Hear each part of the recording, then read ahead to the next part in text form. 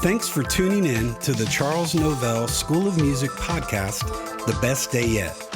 Here you'll find tips, insight, and information to help your music and your ministry succeed. Whether you're a singer, a musician, or a songwriter, we want to help you where you are, but we also want to help you get to where you want to go.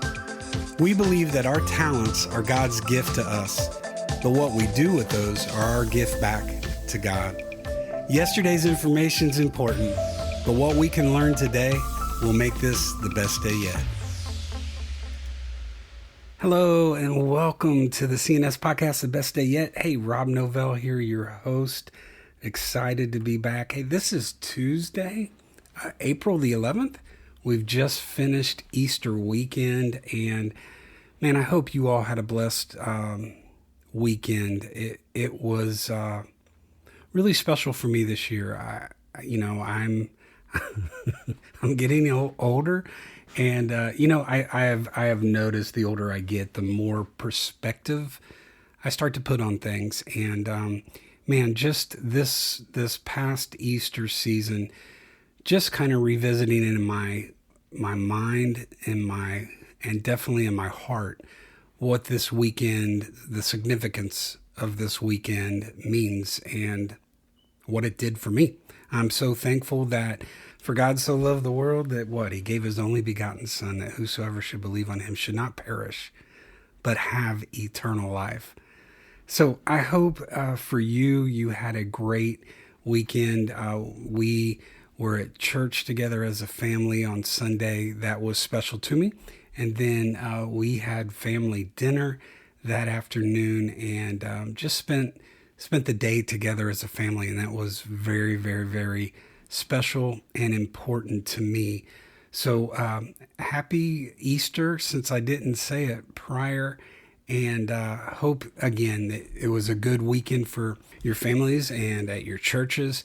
And I believe God did a lot of special things. I love seeing the reports and the posts on social media about the services, but more importantly, the decisions that were made, the lives that were surrendered and decided to follow Christ this Easter season. That literally is what it's all about. So, all right, we are kind of circling back and revisiting a topic that we've talked about in the past. And I think it's really, really important. This is something that I have had conversations with people recently and got a lot of feedback when we talked about this the first time. So we are kind of revisiting the topic of confidence today and how just vitally important of a role that confidence plays in our lives, but in this aspect with the CNS podcast, The Best Day Yet, with our music and with our ministries. It can be challenging to be confident, and there's a lot of variables that go in to making your music and your ministry a success. And I don't necessarily mean monetarily. With what we just talked about over this past weekend, y'all, my objective when I go out and minister, it's how I support my family. And yes, I am making a livelihood out of it. But man, my focus is what's successful to me on a weekend is how many lives have I touched? How many lives have I encouraged? How many people have I motivated? How many lost have I been able to reach and share the message of Jesus with? So, a lot of variables go into this that can make our ministry successful. But I believe that confidence is something that we really, really, really need to develop, is something we need to strengthen. And I don't care where you are. You might think that once, you kind of get your ministry to a certain point that maybe you've set a bar. You're like, if I can just get here, man, I'm going to be more confident about what I do and that it's going to give your confidence a boost. Now, it will, but in reality, here's the thing. I like to say it this way: new levels, new devils, because in reality, your confidence in yourself and what you accomplish will become successful at a certain point. But then once you get there, I do believe that we need a little extra confidence to continue raising that bar and moving our music, moving our ministries forward. And teaching privately, we've got spring recitals coming up in about a month, and we've been working on music for a while. I don't wait with my students. We get involved early in our semesters, working aside from their lessons, working on material for the end of the semester recital. And so we are at the point where, for the most part, the music's been learned. We've got the songs together. We are ready to go. And with this last final push with 3-4 weeks out, what I'm encouraging, where I'm working with my students, is in this area of confidence, trying to get them to understand that one of the biggest things that can affect our performance is our nerves. And one of the best antidotes for our nerves and for those nervous feelings that you get in a performance, one of the best antidotes for that is confidence. So I start working with my students now. We're looking 3-4 weeks out. And what I want them doing is they know the song. I'm telling them that. I want them to understand that. I want them to hear that. But I need them to also believe that themselves. So a lot of times with confidence, it comes down to us believing that we are there and that potentially we are ready to go. So I want to talk some things today that I think can help us develop or grow or deepen or strengthen this area of confidence in our lives. So number one, don't listen to self-limiting beliefs. What do I mean by that? Well, whether they're instilled in us by our upbringing through our parents or other adult figures in our life, our limiting beliefs might have convinced us to focus on what we can't do or what we think might never be possible. I know in my life, I've had people say, you can't do that. Why are you trying to do that? You're not capable of that. I think I'm just stubborn enough that that fuels me. I want to take that. I want to turn that. There's been a couple key times in my life that I've been in a situation that someone spoke to me in such a way, it was their intent to tear me down. But in reality, it built me up and it fueled me. What? Okay, maybe to prove them wrong. Okay, yep, I do get that. But it challenged me to rise above the negativity that was being spoke into me at that moment. It's easy for us to hear these things and believe these things. You know, a funny story with me growing up, my sister, she constantly told me, it was just her way of picking at me. She told me that I was adopted, and you know we'd be in different things. I don't know, different situations. She'd be like, "Well, remember you were adopted," and so I'm a second child, so I suffer from the effects of being a second child. There were a lot more pictures of my sister being the firstborn than there was of me. Now, it's okay, really. I just come to grips with the fact that they didn't need to take a bunch of pictures of me because after they had my sister, mom and dad realized success hadn't happened. So they had me and fulfilled success in their family. And they just didn't need to document. My living proof was all of all of the certification that they needed to know they had been successful now with their family. So, but she did. She would go around telling me I was adopted, to the point one day she came to me and she had a photo album and she said, flip through here and see if you see any pictures of yourself. And I recognized the photo album. I had looked at that photo album many a time. So I open it up and I start flipping. She had removed all the pictures that I was in out of the photo album, but she didn't replace them with any. So there were just gaping holes all through this photo album. But she was trying to prove to me that I was adopted. So there's been many a times in my life that I've looked at the situation and maybe comparison of me and my sister and thought, maybe she was right. Maybe I am adopted. My sister's a Starbucks coffee drinker. Man, give me McDonald's or Pilot truck stop or a gas station. Man, I am good. She's China.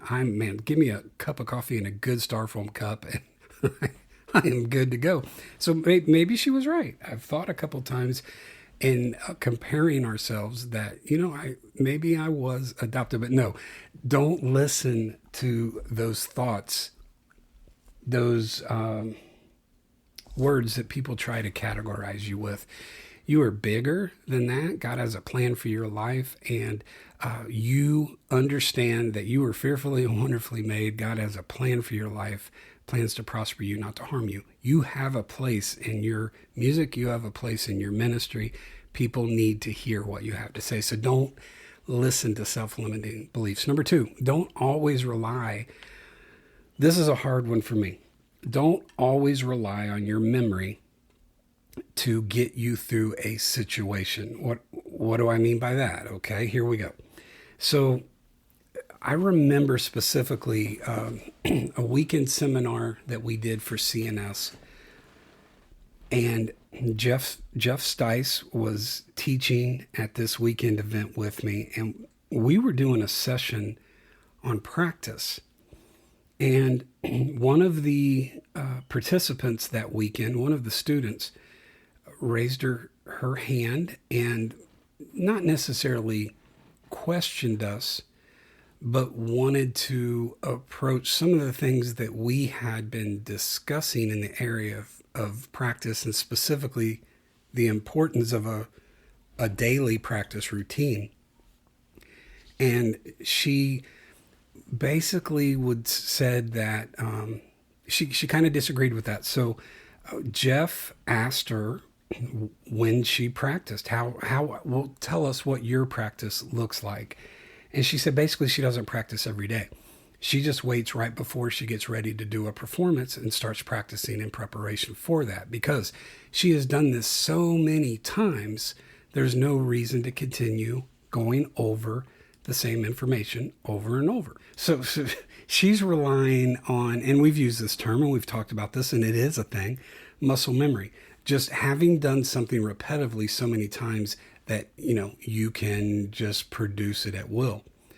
I do agree with that to a certain point, and I think if we practice enough and lock something in, then it does get locked in. There are certain pieces that I have not played in years, but I know if I needed to sit down and play it, it would come back from the memory. However, if I am basing a performance off of that, I'm not going to be as confident to play something if I haven't rehearsed it prior to performing it. So, and we've talked about this in practice. For me, part of my practice routine, I have 3 sections to my practice, and one of them is reviewing older material and keeping those things brushed up and ready to go. So for me, my memory is a strength and a weakness. And at times it allows me to succeed in a certain area because I have this ability to specifically remember where I was, maybe what I was wearing when I had an exact conversation with someone. I just can remember that way. And that's a strength for me, but other times it serves as a weakness because that other person is quite the opposite. And maybe in trying to reinforce a thought and explaining to them, they have no recollection of the event. So sometimes me being able to so specifically recall something is a weak point for me because it gets me frustrated in some of those situations. But we can't always rely on our memory in this area of confidence. You're going to be more confident if, as we've said before, You play like you practice, and then what? You practice like you prepare.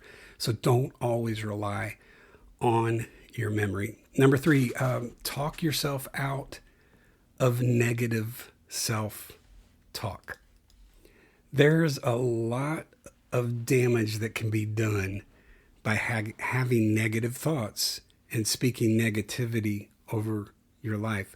The word tells us is there's power in our words. There's power in our tongue. You can boost your self-esteem by simply using a positive affirmation to transform your mindset. Speak positive things over your mind.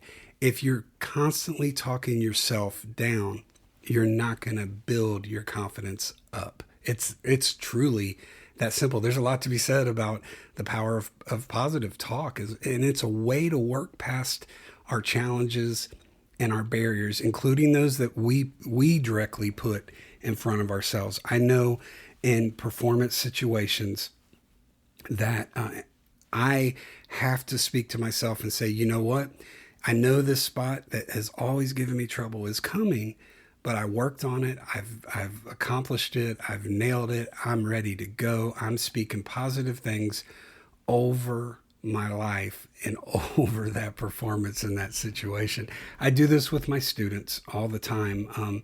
I tell them when we're working on something, and if there's a problem area in your song and you know it's there, you have to stop and address it right there at that moment.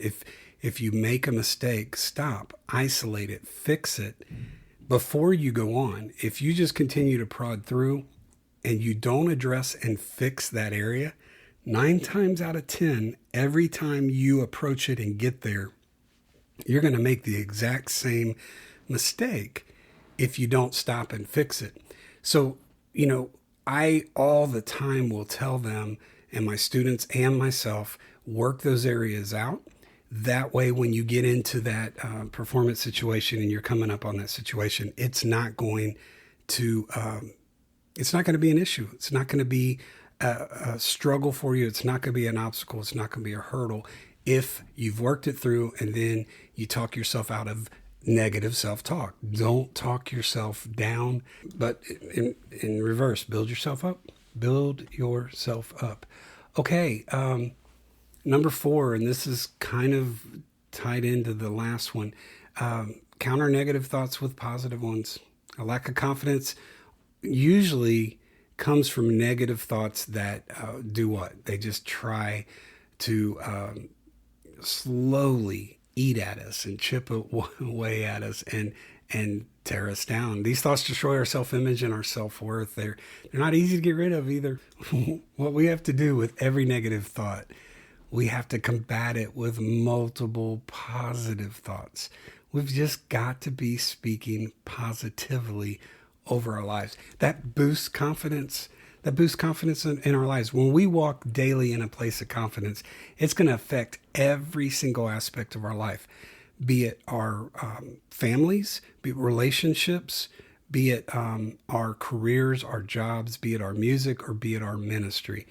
If we speak positive things, it yields positive results. It's that simple. And positivity being yielded in your life is going to boost your confidence. There are people that in my life and that I've been associated with that I know when I speak with them, I'm not going to be full of joy by the end of the conversation because they tend to be negative people. I want to try to help them. I want to try to speak into them during that conversation. But I know it's not going to fall on fertile soil. They share with me situation after situation. As I'm listening, I'm coming to some conclusions in this conversation that a lot of the situations they're sharing with me come from a place of lack of self-confidence in their situation. And I want to speak positively to them, and I try to, but sometimes it does not stick. It just, like I said, does not fall on fertile soil. Now, the opposite of that, my dad my dad was absolutely one of the most confident individuals, and not from a place of he was cocky, but man, my dad was just positive. He had a positive outlook on his life from my earliest remembrance of him and this situation, all the way up until 3 years ago when he passed. I remember the last couple years I would go over to visit my dad with the intent of encouraging him, going in and speaking into him. I remember one day I walked in and I said, "How you doing, Dad?" He said, "Fantastic." That was his word. And he said, "I played the piano today." And I'm like, "Oh, Dad, that's great." And he's like, "Nope, it was pitiful." And that's about the most negative I can remember my dad ever being. And I'm like, no, no, no, no. Just the fact that you're playing, Dad, that's great. And he's like, "Well, let's go in there and let me show you." And he started playing, and I'm like, "Dad, that's great." And he's like, "Nope, that's not near good enough." That again comes from the bar that he would constantly raise. He was never okay with being at a certain place. He never would get to somewhere and just be satisfied. He just wanted to get better and better. So I remember this was a day, and I was really trying to encourage him. And man, I left, I got in the car, I got halfway home and realized that I went there to encourage my dad, but I was one that left encouraged, because despite his situation, despite what he was going through, he just had a positive outlook on things. It does make a difference, I promise you. All right, let's look on here. We can gain confidence and we can gain control by facing our fears. One of the biggest things that affects our confidence is the unknown. I know a lot of times as I have grown up and been involved in music and ministry, sometimes the unknowns for me are just simply, where is this going to be? Where is this going to take place? What's it look like? Where is this positioned? How will this happen? Well, I need to do this. Well, I need to bring this piece of equipment in. So a lot of times, before I even get somewhere, I'm having all of these thoughts, and you all, I've got to practice what I'm preaching here with all of this stuff. There are a lot of times my ride into an event, I am having to combat negative thoughts with positive thoughts to say, you know what, it's going to be okay. You're going to get through this. You're going to make it. So a lot of times just the unknown can be a fear. And when we can start to override that, when we're in control, there's a sense of self-confidence and comfort that just simply surrounds us. It's when we're afraid, though, that we feel out of control.